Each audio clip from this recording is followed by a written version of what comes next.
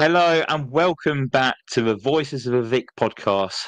Now officially for Watford FC podcast covering a 21st place side in the Championship. Yep, we've reached that stage, everyone. I'm Ben, and joining me tonight is Caity and Joe. Caity, I'll come to you first. How are you doing? Yeah, good. I said to you earlier, I think this could be my first podcast of the season because I've not been around, been very busy. So nice to be back. Obviously, it's a shame we're covering such a dire game, but yeah, happy to be back. It's great to have you back, Katie. I can't believe it's you for your first appearance of the season. I said it to you earlier. I thought it was crazy, but it's good to have you back. Welcome back, Joe. How are you doing, mate? You all good? Yeah, wonderful, mate. Yeah, it's been a lovely day. Just the day I needed after yesterday and that absolute shower of shite yesterday that we saw on the TV. Well, obviously you were there, but yeah, what I watched on the TV, yeah, it's disappointing, very disappointing at the moment. Yeah, there's not much positives really to talk about at the moment. But we are here to talk about, yep, you've guessed it, another defeat for Watford FC, a 1-0 loss to Millwall, which now makes it one win in seven for Paulo Pezzolano. But hey, at least we're consistent, eh? So let's not look at it in a good way. And if you're watching on YouTube tonight, get involved in the comments. We need your help tonight. This feels like a match review. Sorry, this feels less like a match review and more like a group counselling session. So tonight we'll be picking apart the performances or whatever that was, diving into Pezzolano's future, if he still has one, and asking the questions on everyone's mind: how much longer has Pezzolano got at the football club? So plenty to get through. So we'll dive into it straight away. Katie, I'll come to you first. 1-0 defeat to Millwall. What was your general thoughts of overall performance yesterday? Yeah, I think it's a tough place to go.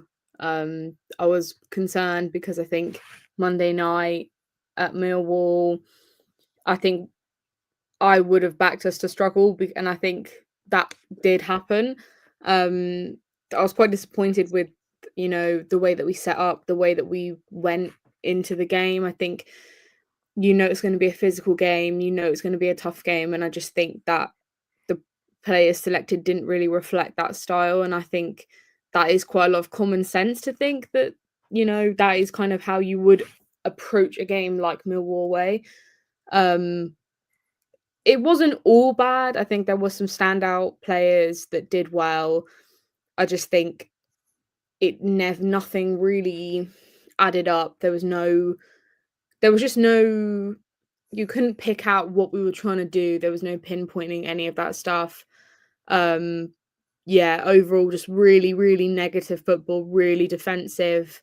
And I think, our defending was okay, but our quality does not come from our defending, it comes from our attackers, and that wasn't utilised last night. So yeah, a really disappointing performance. I didn't have high expectations, but the performance was way, way lower than what I thought was going to happen.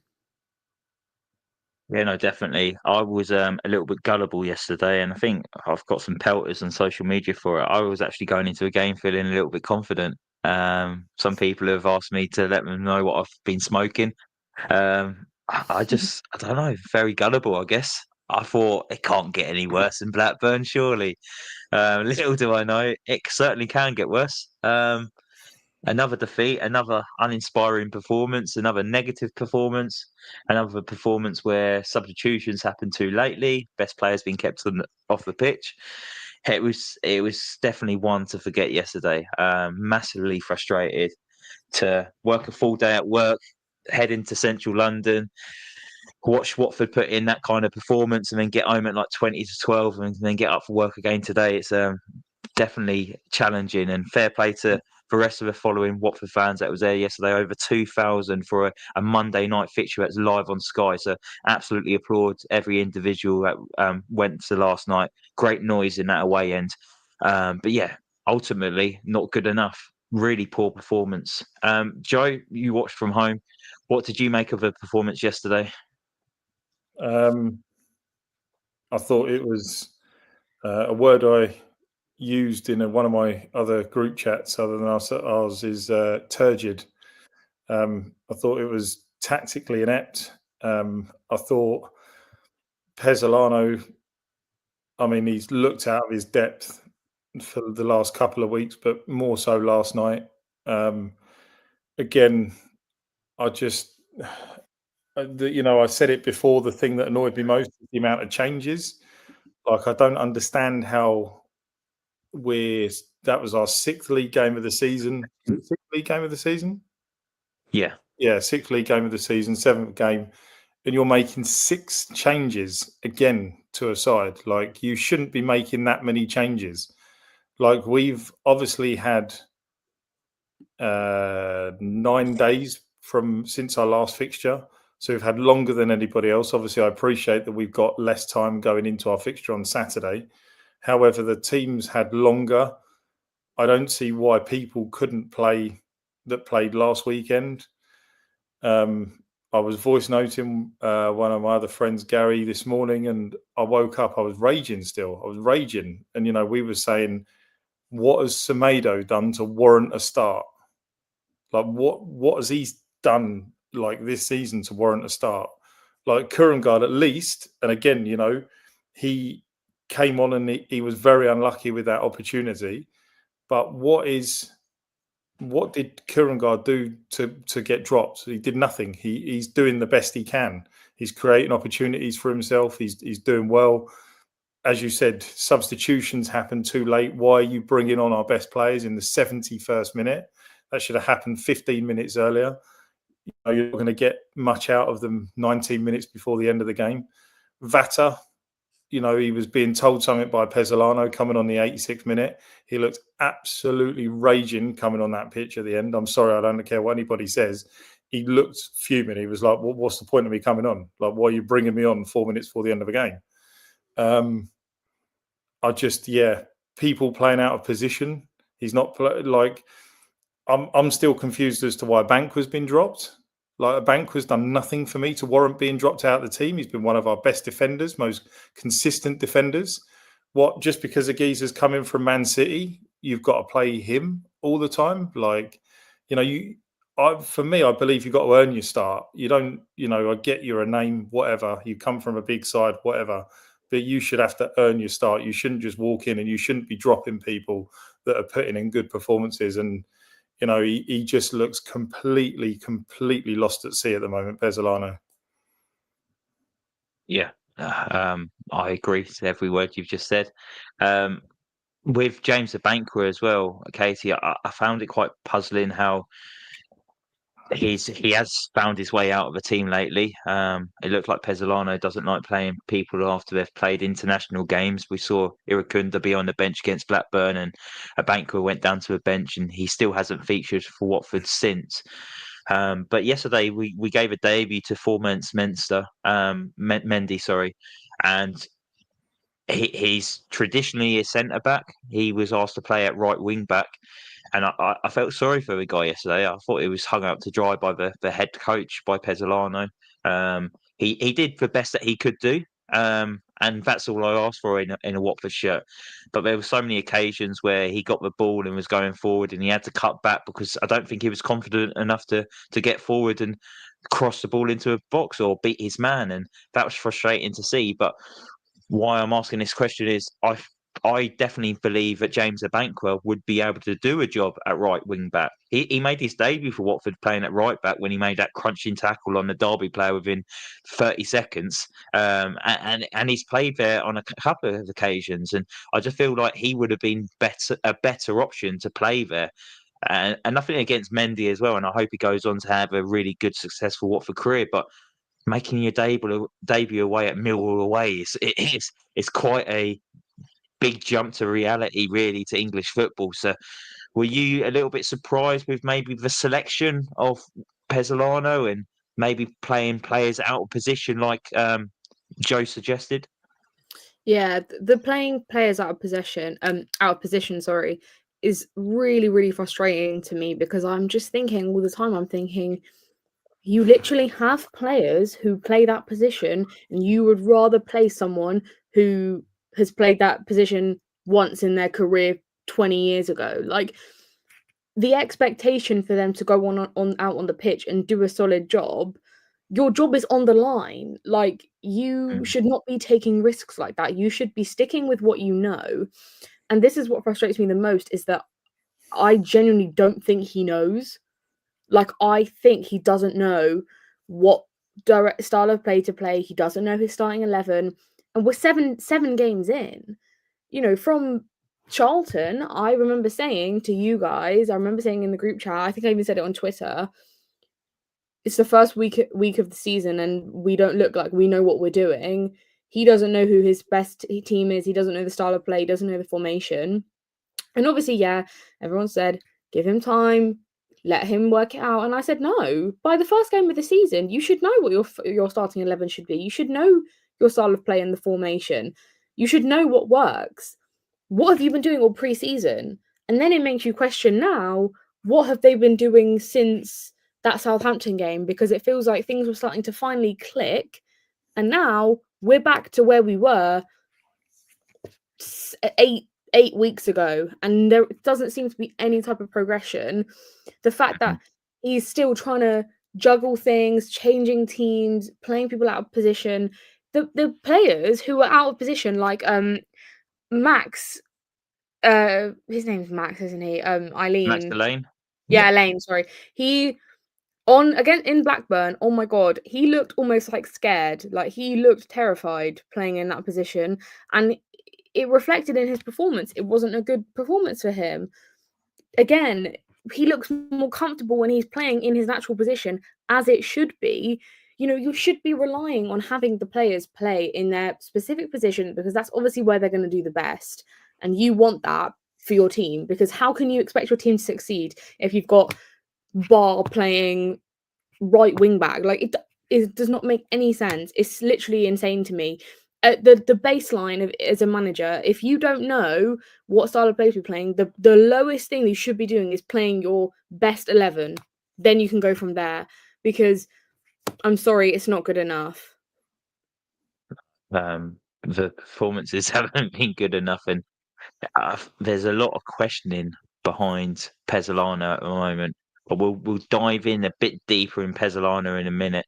Joe, with the defeat yesterday, it was a 1-goal margin again for Watford, not creating enough chances going forward. And then the goal we conceded, it was a set piece, so we're not really conceding many goals from open play.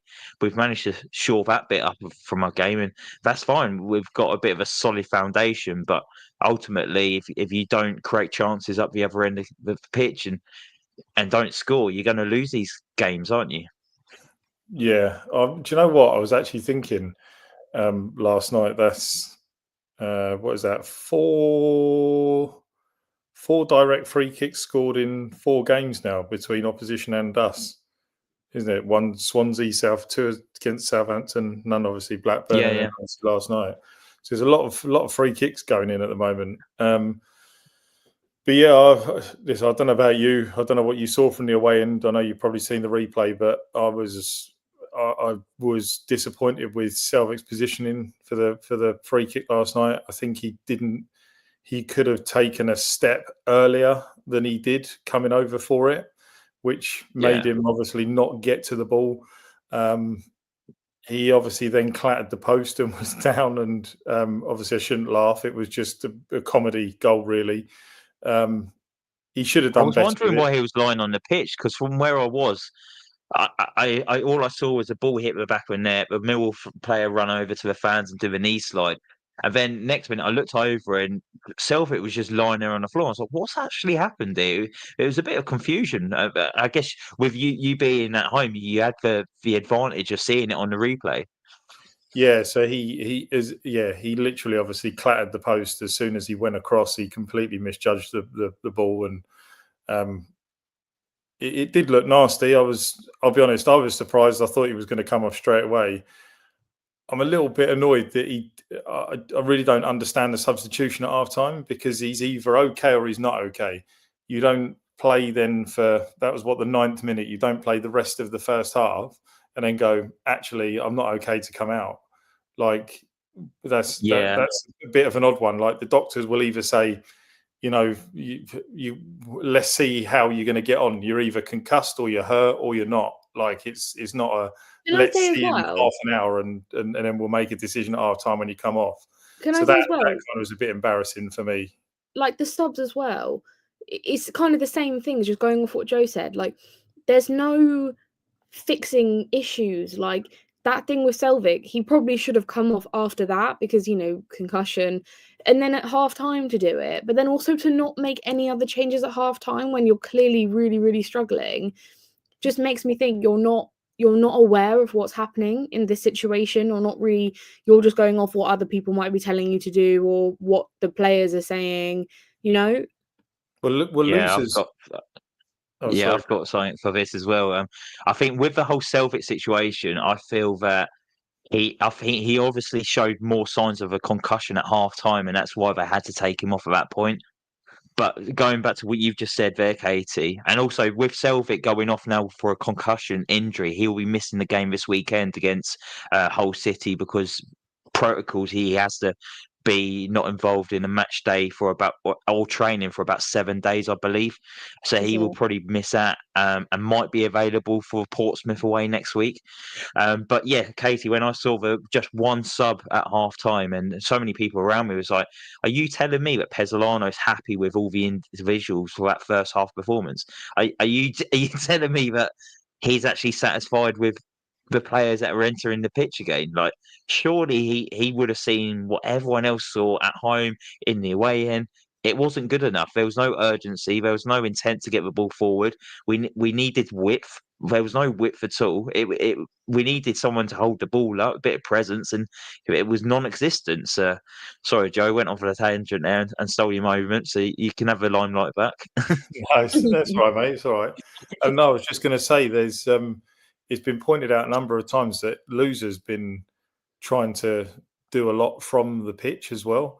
So, I think there's been a lot of disagreements with what Pezzolano has been trying to get across, and Loser, you can see, you can tell with Loser's hand gestures and stuff when he's talking to the bench, he's not happy with things. I don't know if it's things he's being told or things are being directed at him, and he's saying, no, we need to do this or what. But obviously, Loser's stepping up and trying to be a captain, which I think Loser is the right person. Yeah, it was evident. I think I saw from Norwich, he was doing that a lot as well. Like early on in the season, there was a lot of chatting to the assistant because there's I don't know who. I'll be honest, I don't really know the coaching staff too well, but there's a young blonde guy that's Pezzolano's right hand man. Yeah, I watched him very closely when I sat next to. You saw, Caity, I was next to the dugout for the Blackburn game, and I was literally about 6 seats away from the home dugout. And yeah, the blonde guy, I want to say he's a set piece coach because he only gets out of his seats whenever there's a set piece for Watford or the opposition. But he seems also to be a translator for Pezzolano. Yeah, he is. He seems to be saying a lot, doesn't he? Yeah, he looks about 12. Yeah, he does. He looks really young. He does look quite young. He also looks a little bit out of place. He doesn't look like he's a football coach, but nothing against him. He's obviously done very well in his career. But my impression from when I was sat next to the home dugout was, I don't think he has much authority with the players on the pitch. I don't think they're really listening too much, and I don't think he can get his message across too much. He's trying his hardest, bless him, but I don't think his message is translating onto a field for the players. But that's your issue. It's all one word, though.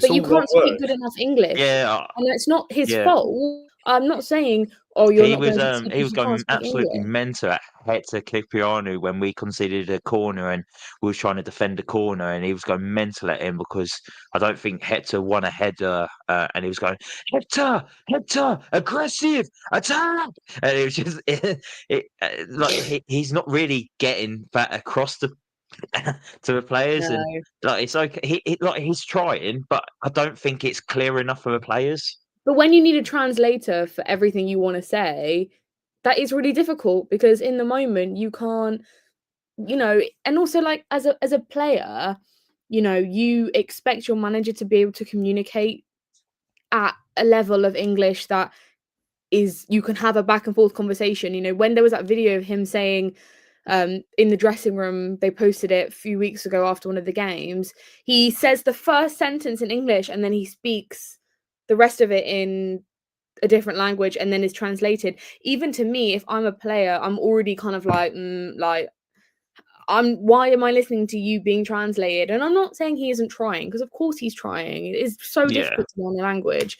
But I do think there is a barrier of how much of your message you can convey against your team, because in the game, like you said, all he can shout is their names, maybe, and drive or pass the ball. Like, it's just phrases like that. You can't really go and say, look, this is what we need to do, guys. You can't have that little chat as they're running, or Yeah, it's very frustrating to watch at the moment. Yeah, I think, Joe, do you think it's fair to say that if that was Bachmann in goal and conceded that goal, he would have maybe got a lot more pelters than what Selvik did last night?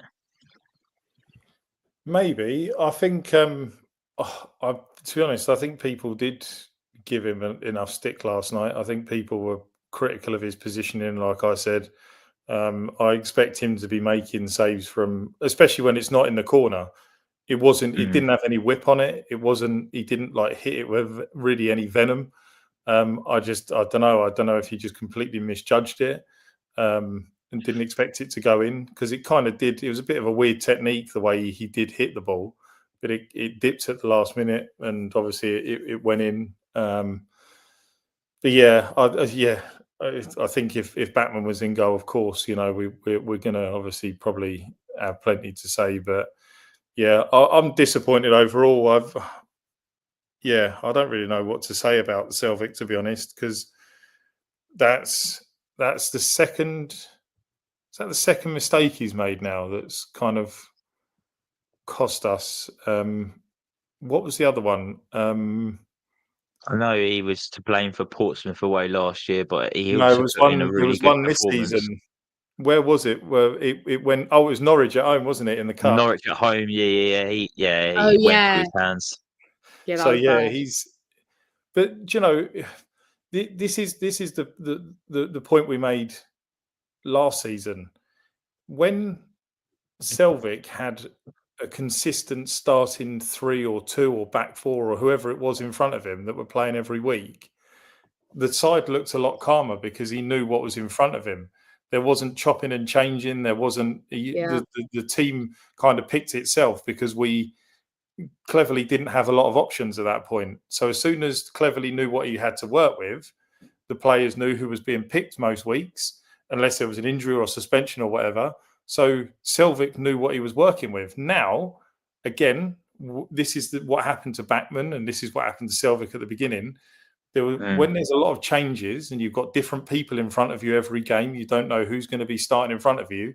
You don't know who's going to be calm, who's going to look nervous, who's going to, obviously, we played Mendy out of position. Selvik is now looking nervous again.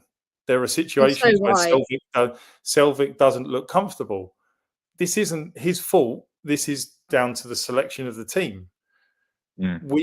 Things like this need to be sorted and addressed. If Selvik knows who every week is going to get picked, you can't account for an injury. I get that, but if you're still starting a back 2 consistently and then someone has to come in for a couple of games, you can work with it. But this chopping and changing, making 6 changes every week, is causing concern not only for us as fans, because we think, well, hold on a second, Deportivo should have been the game that you knew who you were going to be starting with every week. You should have known what formation you were going to be playing. You should have known what players you still needed to get through the door. Yeah, all right. Did you know, did you get everyone who you wanted through the door? We won't know that. Do you know who you're going to pick? Yes, he probably should. But ultimately, as soon as he then picks the right team and he's picking the same team every week, these problems are going to stop because they're playing more consistently with each other. No, you've literally hit the nail on the head there. That is what it is. And that's where the consistency and chemistry and the team morale will improve as well. But chopping and changing is not going to do anything, Caity, is it? Yeah, like I think the team might even be just as concerned as we, like they might even be as confused as we are. You know, you have to also, think, even though Savic should have done better for the free kick, you also shouldn't really be giving away a free kick in that area. Like, it's just those mistakes that come from both the Mendy's, they haven't really played at all, and to put them in for that as their first game, like, it just feels like insane. I would never have made that decision at all, and it is that kind of pressure. And I think you are a professional footballer and you should be able to adapt under whatever you're being thrown into, but in the way that we're playing, we're plummeting low. The squad must be thinking, oh my God, because I think our squad is pretty good. I honestly think we have such a good squad. We've got some really, really great players. I genuinely feel like the issue isn't them. I wouldn't say that the players aren't trying. They look confused. They look concerned and confused on the pitch, and it's obvious. It isn't, no one's putting in the effort, no one's doing anything. Bar, Vata, they're all sitting on the bench. Luca on the bench, he's probably well pissed off about that, and I wouldn't even be surprised. Like Joe said, you've got Vata coming on in the 86th minute, expected to turn this game around, and then Paulo Pezzolano in his interview is saying, oh, I didn't put them on because I thought we were building a shape. What? Like, seriously, are you, like, insane? Are you delusional? Because I do not, I would have much rather him come out and say, yeah, you know what? I don't know what I'm doing. Obviously, he's not going to say that, but I'd much rather him say, we tried something and it didn't work, and that's on me, instead of saying, I really thought we had something at the end, because we didn't. We did not. And if you think benching Bar, Vata, Kirangard, a Banquer is your fix here, all that is doing is pushing Bar out the door in January. It's already, you can see the effect that it's having on the squad. You've got Loser almost trying to be, I know he's trying to be the captain, he's also trying to coach everyone. You've got him playing so deep, then in midfield, and then also trying to drive the attack. He's trying to do 3 jobs, and it's you see him doing it. And at some point you just think, at one point I almost thought, can you just stop and let someone else do it, because you're trying to do everything. And this is what I mean. There's clearly not a lot of communication from manager to players.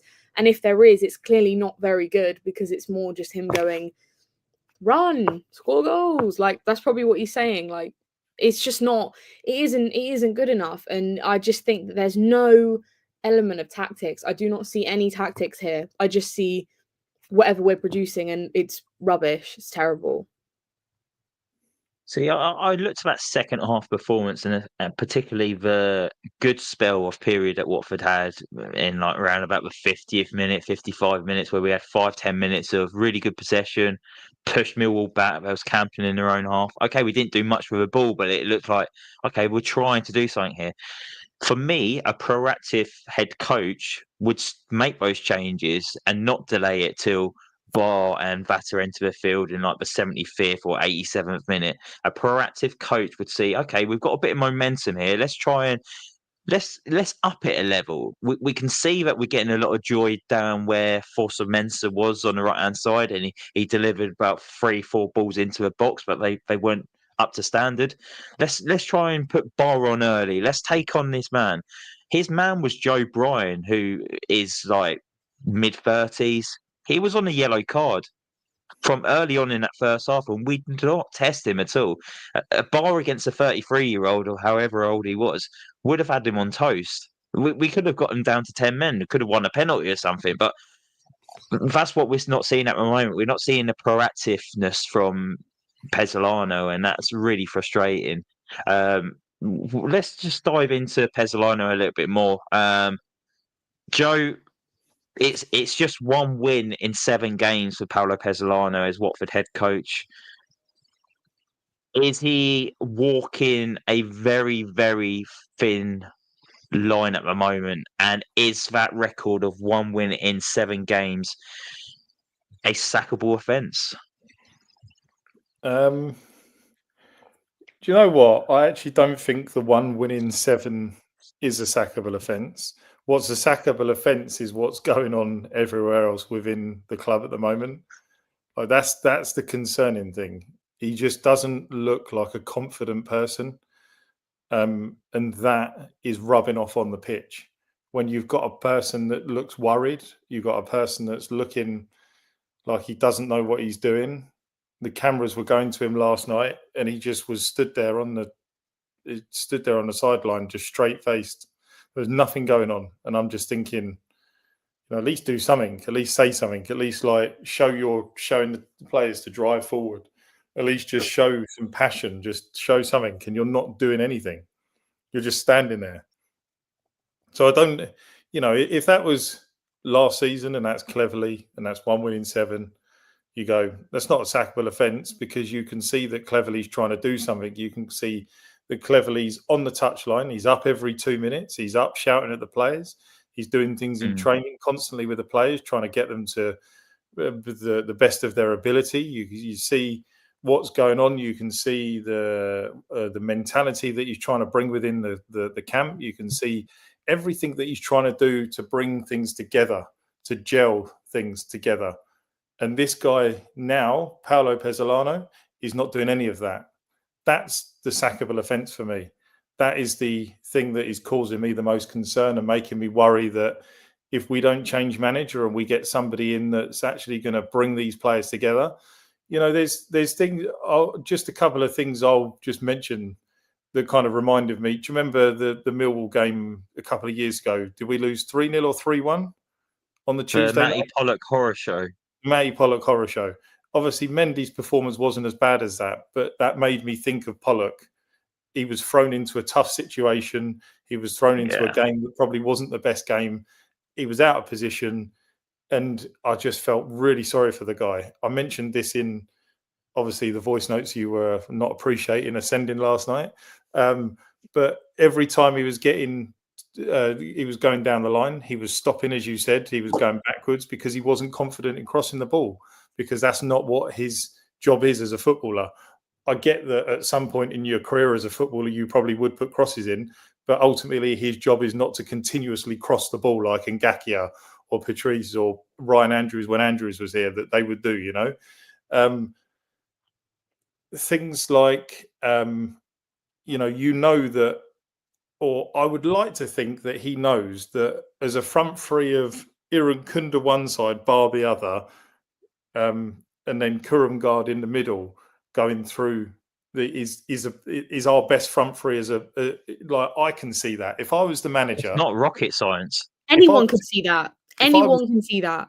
Well, this is what I mean. If I'm picking the team and someone says to me, all right, Joe, you can be manager for one game, I'm picking that front three. If I've got Georgie Chadvikatsi fit, I'm going to go, you know what? I might just take a risk today. And rather than playing a complete three in the middle, I'd play Georgie behind and let him kind of roam free, maybe alternate him and Irankunda so that one of them's doing the 10 and switching that role. And then I play Kipriano and Luza.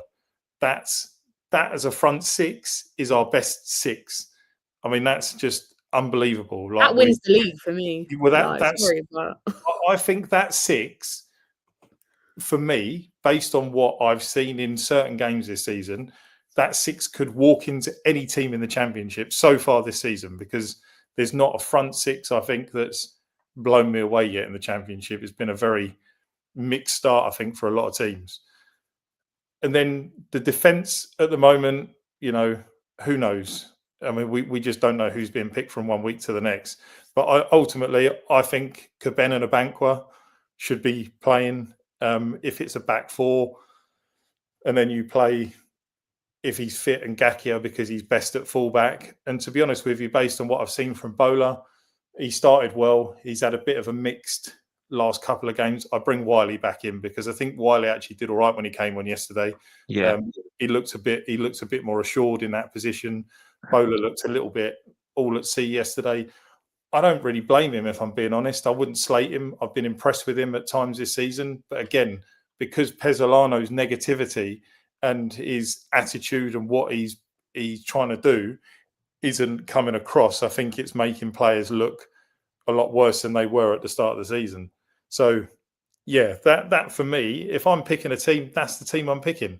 I'm going 4, I'm going 2, I'm going the 1, and then I do the front 3. And I think that team, all right, it may be a bit too attacking. Potentially, we may need to not play Kunda or Chad Fakatsi, and you may alternate between those two and play someone like Duomo maybe in midfield. So be it. It's Duomo. Duomo's great. Duomo holds the ball up. Duomo passes the ball fantastically. Him and Loser work brilliantly together. But I can see that. I see that is our best team. It's not difficult. I watch Watford. I get he trains with them, but I watch this team and I see that that's our best team. I don't get how he's picking. I've not got anything against Edo Kaimbi as a person. He's genuinely such a lovely person to chat to, and he's a real great guy. But when I saw him as the first person taking his bloody shirt on, putting his shirt on last night, I was like, you have got to be kidding me. You're going to leave Bar and Vata sat there and you're bringing him on first. This is the person that apparently has got more physicality than Loser. The person that apparently is our Lord and Saviour. Sexy Kayembe. Whatever. To be fair, yeah, I was very annoyed, and there were so many people really pissed off in the way and when we saw that substitution happen. But to be fair, I actually thought he added to our game, and I thought he did all right. But Yeah, yes, he did. he shouldn't have been the first option to come off the pitch. But I also see why Pezzolano made that change. Mendy's, that's his first game for God, however long. But at least do a double substitution at that point, Joe. At least bring on Bora or Vatter alongside with him. Exactly. Don't just make a single change. We was chasing the game. We was 1-0 down away from home. We needed to get back into the game. And that's what's frustrating me at the moment. And that's why I'm not one on here to try and call people out and want people to lose their jobs. But for the best interests of Watford Football Club, I strongly believe that Pezzolano is just a walk-in time bomb as a Watford head coach. He will not last the season. He's not going to last the next international break. So if you're going to cut ties now. Let's stop wasting time. We've already wasted 7 games into the season. One Carabao Cup game and 6 league games. We're 21st in the league table. Let's just remind everyone, at the start of the season, Gino Pozzo said that he wanted to build a squad to challenge for promotion. Look, I don't want him to challenge for promotion in League One next year. I want him to challenge for promotion in the Championship this season. Look, and I know it's a massive ask, but this is what happens with our hierarchy. They open their mouths, and then it's written words for us to go back on, and then we've got evidence to go back on. They must have regretted saying they'd back Rob Edwards to high in hell water, but that was documented, and we had that to come back on. Dev came out and said, we want to challenge for promotion. I'm sorry, we're 21st in the league table with 1 win in 7 games. That is not challenging for promotion. But And Watford fans, hands on hearts, we know realistically we will not be challenging for promotion. But Bev came out and used the words challenging for promotion. And I'm sorry if it's going to come back and bite you on the arse, but you've been gullible enough to believe that this is going to happen, and you've dug your own graves, and you're going to have to take the heat when it comes to you, because it will come to you. And look, we like to be quite we want to we're fans at the end of the day, and we're going to call it down the middle. We're not going to be swayed one way or the other. We're going to say it and call it how it is, and this is how it is. This is not acceptable, and I feel sorry for Pezzolano. He's putting a lot of work in behind the scenes on improving his English, and he's also came out saying, I don't know if this is helping his causes, but I think he's trying to give the fans a bit of patience and reassurance that it will take time and he can get it right. But I don't think that's what the fans needed. I don't think after the back of the Blackburn performance we needed to hear, well, after 5 games we was in the relegation zone at Real Valladolid and then I got promotion. I don't think Watford fans want to hear that. We want to know what you're going to do with this football club. We want to know what's going to happen going forward. And like I said a few minutes ago, hands on heart, if you asked any Watford fan at the start of the season, we knew we wouldn't get promoted. we knew we would probably it would be very unrealistic to be challenging. But we're here for a ride and we'll take it. But don't take us for fools. That's all I'm asking. Don't take us for fools, because we can see through all the crap. We seriously can. Caity, how do you? Oh yeah, I don't know if I said it. I am fully Pezzolano out. Caity, how are you feeling with this as well? What's your stance? Are you leaning towards wanting to give Pezzolano time, or are you wanting to cut the cloth and just get rid of him now? Tell us how you feel. I've had my rant. Have yours. Yeah, the sooner he goes, the better. I don't think I can watch another game of him in charge, because I think the thing is it would be different if we had no investment over the summer, it was all the players not playing well. But the thing is, the constant now is that we genuinely lack identity, and there is no vision of how we're supposed to play, and that is where the issues are. Like what James has said here, Paulo gives me Ivic vibes. Someone else said this on Twitter as well, and this is the exact comparison. There is nothing that can make you watch this and think, oh yeah, I see what he's trying to do there. It's just not clicking right now. No.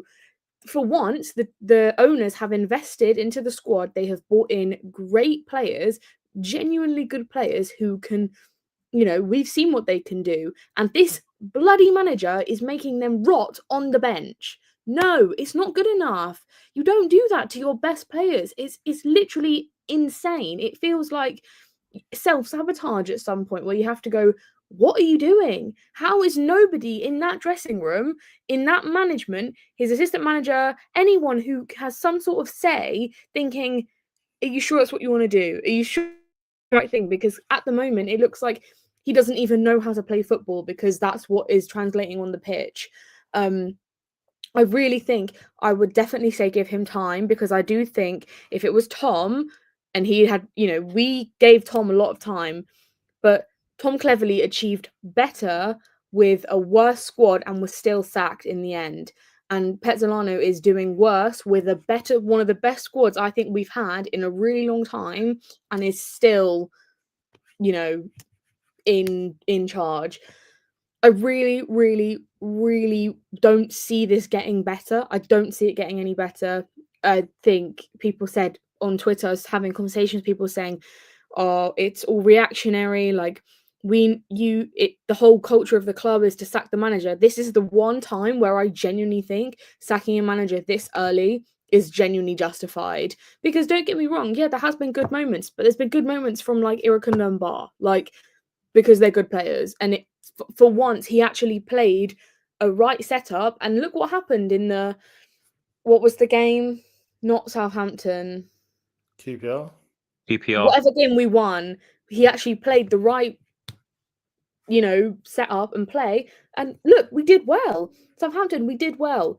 Are you not, like, does he not think, okay, where have we done well and where have we not done well? And then I guarantee you, on Saturday, we will see a whole new 6 changes, random players that have never played. We'll see like someone from the under-21s come in. Like, it's literally you're just picking at random and hoping whoever you pick will do well. That isn't how football works. You have to know your best 11 and you have to continue to play that 11.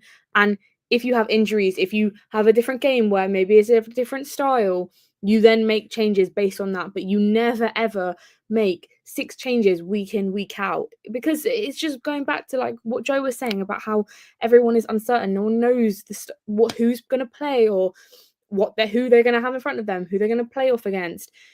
Everybody at this club knows what the best 11 is, and that is the team that should be playing every single week, because it doesn't matter if you don't know the formation or the style of play. At the end of the day, if you have your best players on the pitch, you will do well. And he clearly doesn't know that, or clearly doesn't want to try that. I really just think he's struggling a lot, and he's really out of his depth. He looks out of his depth. He appears out of his depth every time he speaks to the media. I'm thinking, shut up. Like after the Elton John game, or before the Elton John game, and he said, we know what this means to the club. No, you don't. Like, you actually don't, because then you put out that team and that performance, and we lost, and it was like the worst performance I think I've ever seen us play in recent years. You don't know what that you don't know what Elton John means to the club. You don't understand the culture. You don't understand the fans. You clearly don't understand the players. And all it's doing is making it more and more negative, to the point where this is the first time where I just think, just leave. Like, just sack him now. Start again. Forget the last 7 games. It doesn't matter. Go from now. Because if we keep him in charge until the next international break, which is soon, but it's still, 3 games away, 3, 4, I don't know, 3 games away, we could be rock bottom of the championship. And then that is a much harder chance, because when Tom was here, we managed to finish high enough because of our good start to the season. We haven't had that. So now you're spending the rest of the season playing catch up. That is not good for anyone. Well, sorry, can I just say something as well? Actually, obviously, we're in a position at the moment where we're quite lucky, because it's been a very open start to the season for the entire league. Admittedly, we are 7 points off. 7 points off second position. We're only 11 points off the top. Obviously, it is an early start. We've seen in the championship, you put a run of, I don't know, even if it's something like 5-6 wins together, or go without defeat in 8 games. You're putting a run together, you can catch up quite easily. The concern for me at this point is, with him looking out of his depth, that we will not catch up, and we'll get further adrift from people, and we'll get pulled closer into a relegation battle. So that's the worrying thing. It's like people say, give him time, but time's only going to bring this squad closer to a relegation battle, not to a promotion challenge. And that's the point. I'm not sitting here calling, saying he's a horrible person. He's the worst person that's ever come in. He needs to, for that reason, I'm sure, I briefly spoke to him at Leyton Orient when he came out. He's genuinely a really nice person. He had a lot of time for the fans. I really liked it. I really liked his engagement with the fans. He came out, and at Leyton Orient, he came over to the away end. He wanted to thank the fans for the travelling. I think he did a similar thing at Charlton. I wasn't there, but I think he did the same thing at Charlton. I think he appreciates the support. I think he gets it last night before the Millwall game as well. Yeah, I think he gets it, like, in terms of like how much the fans care. But I just think when it comes to, I said this in the podcast we did when he came in, I don't care that he's won promotion from the Uruguayan second division. I don't care that he's won promotion from the Brazilian second division. I really couldn't care less that he's won promotion from the Spanish second division. The championship is the second division. It is one of the toughest leagues. Some people say it's within the top 5 toughest leagues in Europe. Some people say it's a lot harder than the German league at times, than the French league. It's a competitive league. If you aren't good enough and you haven't got that experience and know what it takes to get out of the championship, all right, I get that Slavisa, kind of got lucky. Cisco got lucky with it. They came in, they had the new manager bounce, they got up. Obviously, they didn't have the experience. It worked. Great. We had better players at that time, I think. I think that was the reason why that worked. Yeah, but Cisco had the best squad and he got up. Yeah, you did. Yeah, well, yeah. I wouldn't say he got up necessarily by his tactics. He got up by having we had a good side, everyone. And I'm not saying that this would have been the same with Paulo, because I don't think we have that level. But it shows when you play your best team, things will get a lot easier for you. Exactly, and that's the sorry. Ultimately, I know I drifted a little bit there, but the point is that with him in charge, we get closer to going down rather than going up. Yeah, no, that's my worry as well. From what we all believe anyway, we don't think that Gino will probably sit on this for too long. He won't want it to end up getting worse than what it actually is. How are we all feeling about how long Pezzolano is going to get? Because if I'm honest, I feel like if he was to go after last night's game, they would have done it today. So that says to me that he would get the whole game at least. But Gino being Gino, or other football clubs in this situation, he would already be scouting new managers or potentially having conversation with new coaches to come in. Pezzolano won't be stupid. He'll know that'll be happening, but he'll be trying to do absolutely everything he can to try and save his job. So, how long do you reckon? I'll come to you first, Caity. How long do you think he will be given until that trigger's been pulled? I mean, I think I agree. If he was going to go now, I think they would have done it today. I think a big loss, not a big loss, a performance like how the last few games have been on Saturday against Hull. I think I would hope they would have the balls to do it then. But then I also understand that there is a game in the week and on the weekend, and we quite like to wait for the international breaks to do it just so there's more time.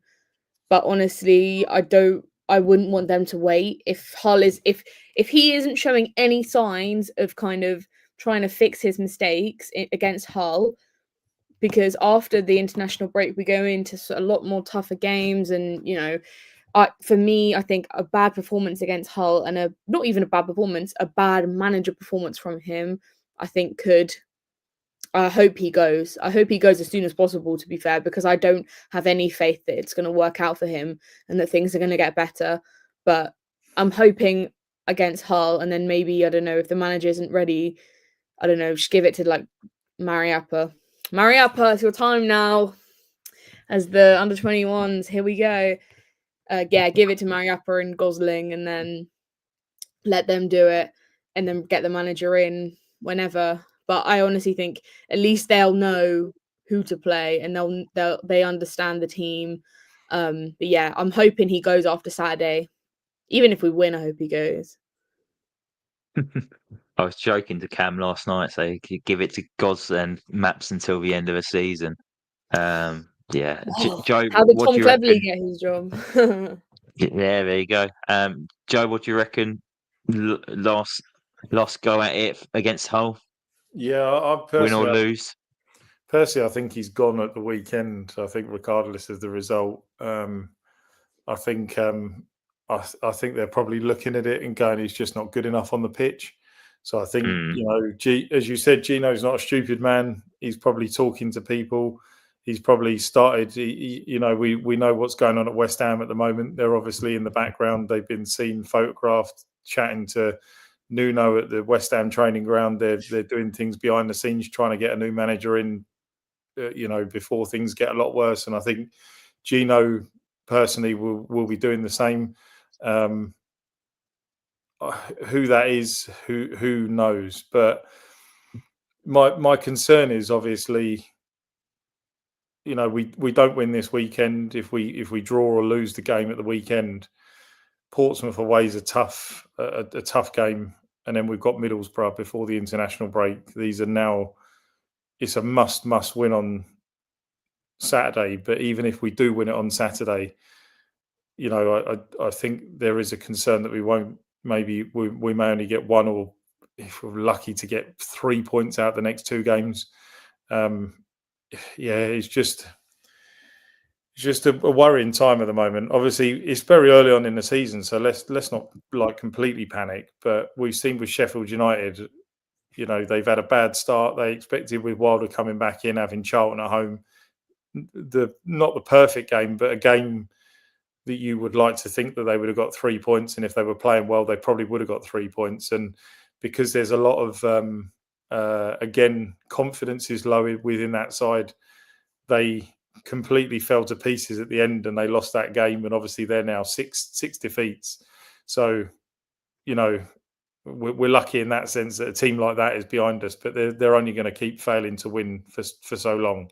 So we need to kind of get a motor on, because what I don't want to see is going into that international break, our club bottom of the league.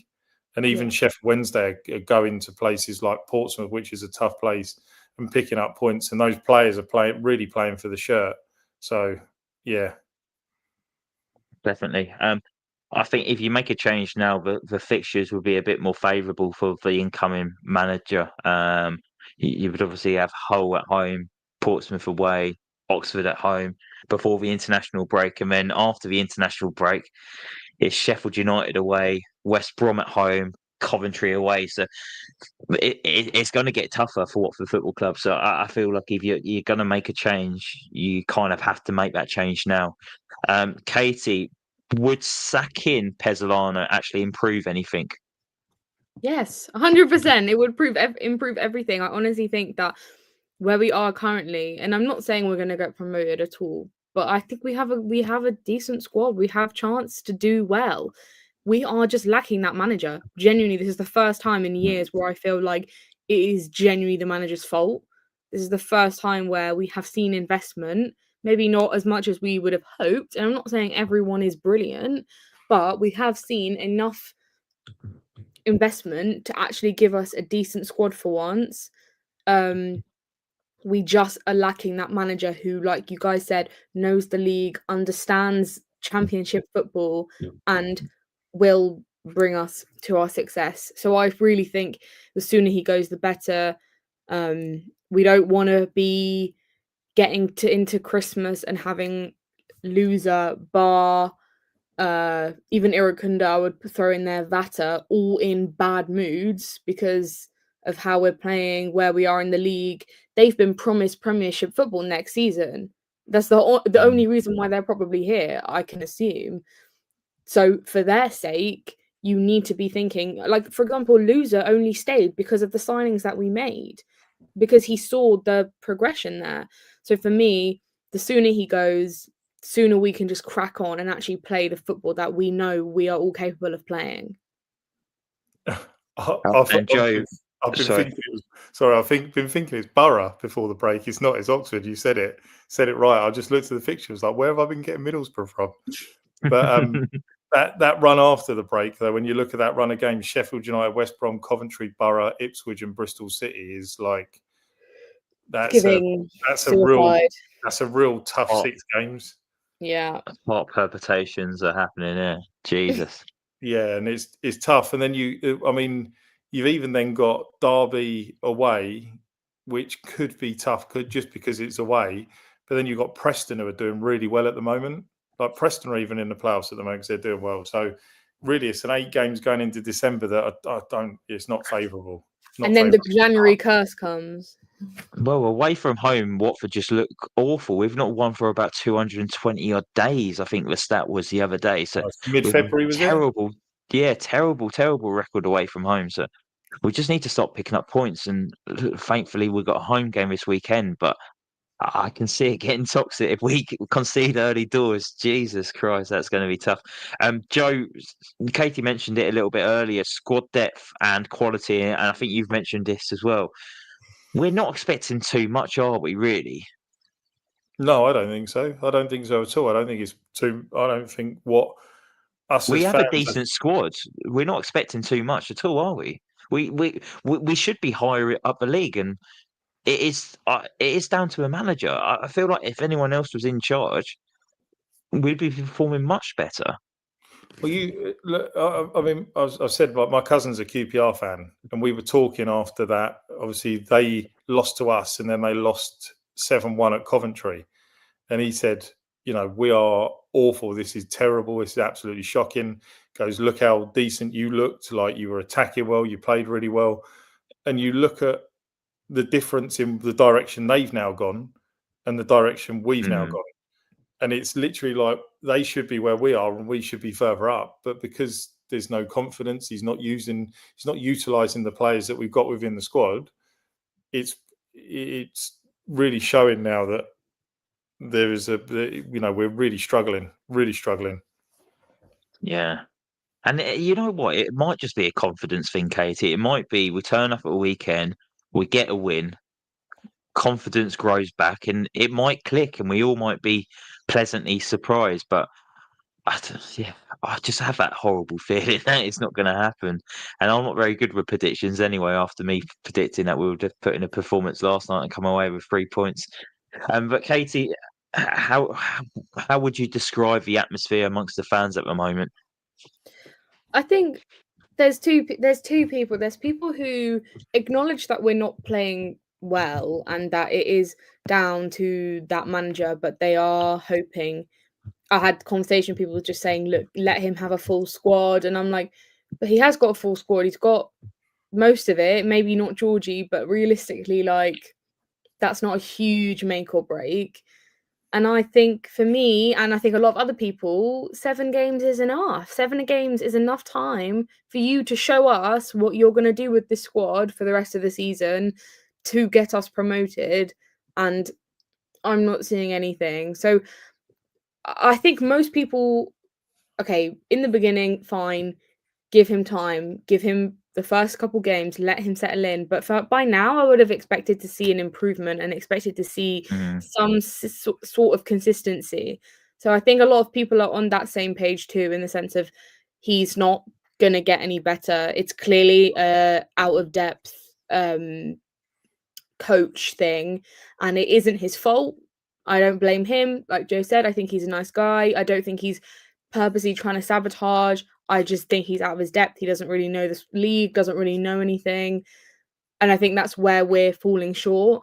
But I think everyone that I have seen on Twitter, like you guys, we've had conversations, everyone seems to be on the same page. And I genuinely think like this will be the first time if we do sack him that I won't be like, oh, it's the owner's fault. Like, okay, I don't know who hired him, because whoever it was obviously took a huge risk and didn't do a lot of deep diving into who he was. Yeah, that's obviously not good. But if they can get someone in who is decent, knows the league, then I'm on board. I'm here. Like, get me on the ship, because we're going to piss the league. Feels like we are just lacking that last step of having a manager who knows what he's doing. I feel like everything else we have, it's clicked, it's there, and we're just missing that.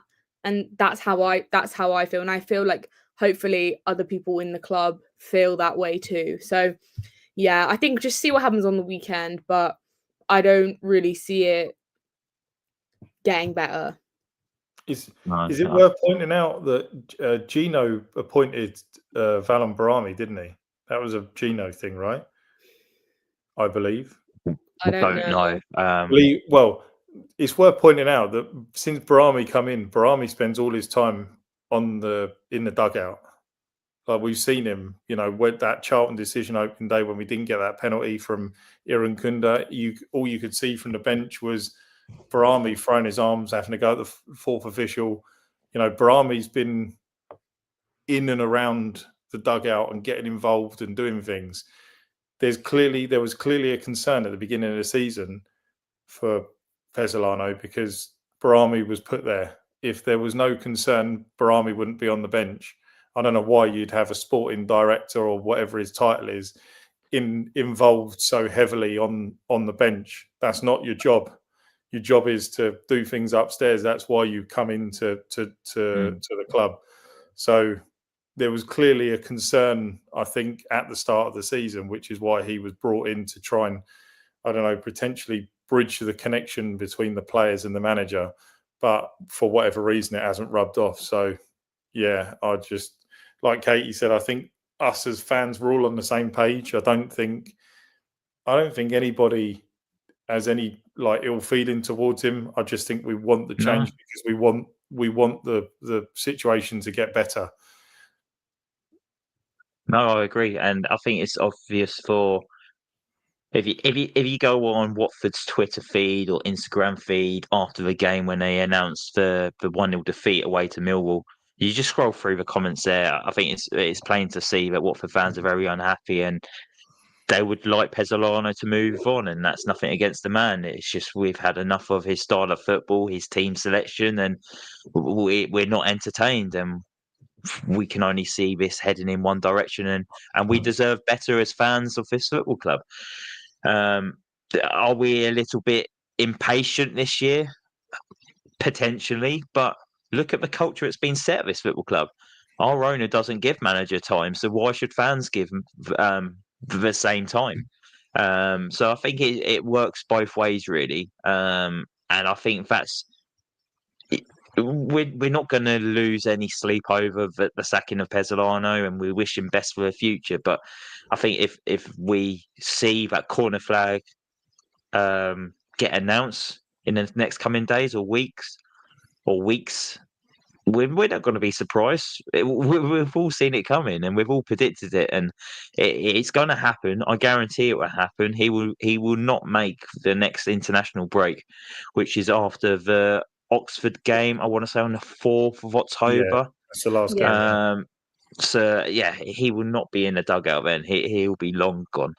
But yeah, that's pretty much our thoughts on Paulo Pezzolano.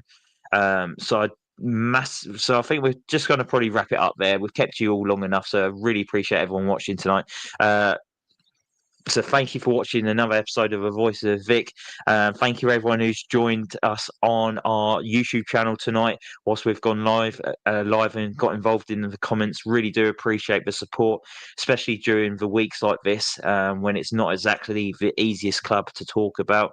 If you haven't already, make sure you like the video, subscribe to the channel. It really does help us out, and it means that you won't miss out on any future episodes. Because let's be honest, if things keep going the way they are, we might be previewing trips to Mansfield Town sooner than we actually anticipated. But for all of those listening back on Spotify, Apple, or wherever you get your podcasts, please do leave us a rating and a review. It only takes a minute, and it does help more Watford fans find the show. And misery does love company after all. We'll be back soon. Probably to give another preview of the upcoming 1-0 defeat at home. Fingers crossed it won't be, but then equally fingers crossed Pezzolano won't be in the position at the end of full time. So hopefully something changes and there's a bit more positivity about the place. But until then, take care everyone. Thanks for sticking with us, and come on, you Orns.